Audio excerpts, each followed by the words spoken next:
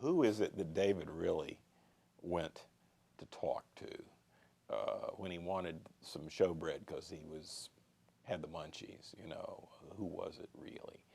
Bart really says, aha, contradiction here, not just between the Gospels, but between what the Gospels say and what the Old Testament says. You know, so okay, we've got a major problem here. Bart, however, is not operating with the full historical picture, which goes like this. In the priesthood, whether we're talking about the tabernacle or the temple, or even the Herodian temple in the time of Jesus, there was a genealogical and generational priesthood. That's the way it worked. In the time of Jesus, we have both Annas and Caiaphas.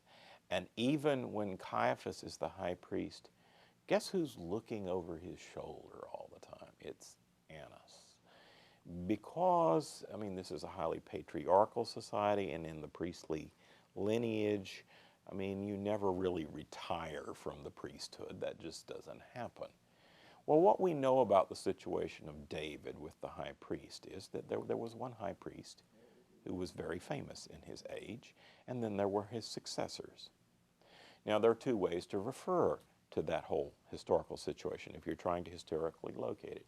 One is to mention the most famous high priest of the age and say, this was the time when David was doing this, and this high priest was famous.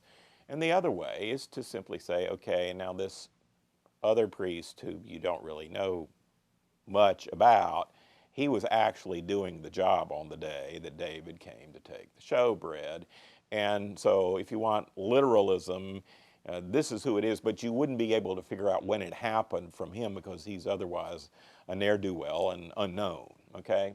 So my word about this would be, if you take into account the intergenerational way the priesthood works, it's perfectly acceptable to identify this particular historical event as something that happened on the watch of priest X, who is less famous, or during the time of the more famous priest Y. And that's how I would explain that. It's perfectly acceptable. And there are, more to the point, there are other examples of how that's how it worked. I mean, you can actually see this in the Gospel of John, where you have this very weird line about Caiaphas. And this was the year when Caiaphas was the high priest, says the Gospel of John. You're going, was there an annual election? What's this really all about?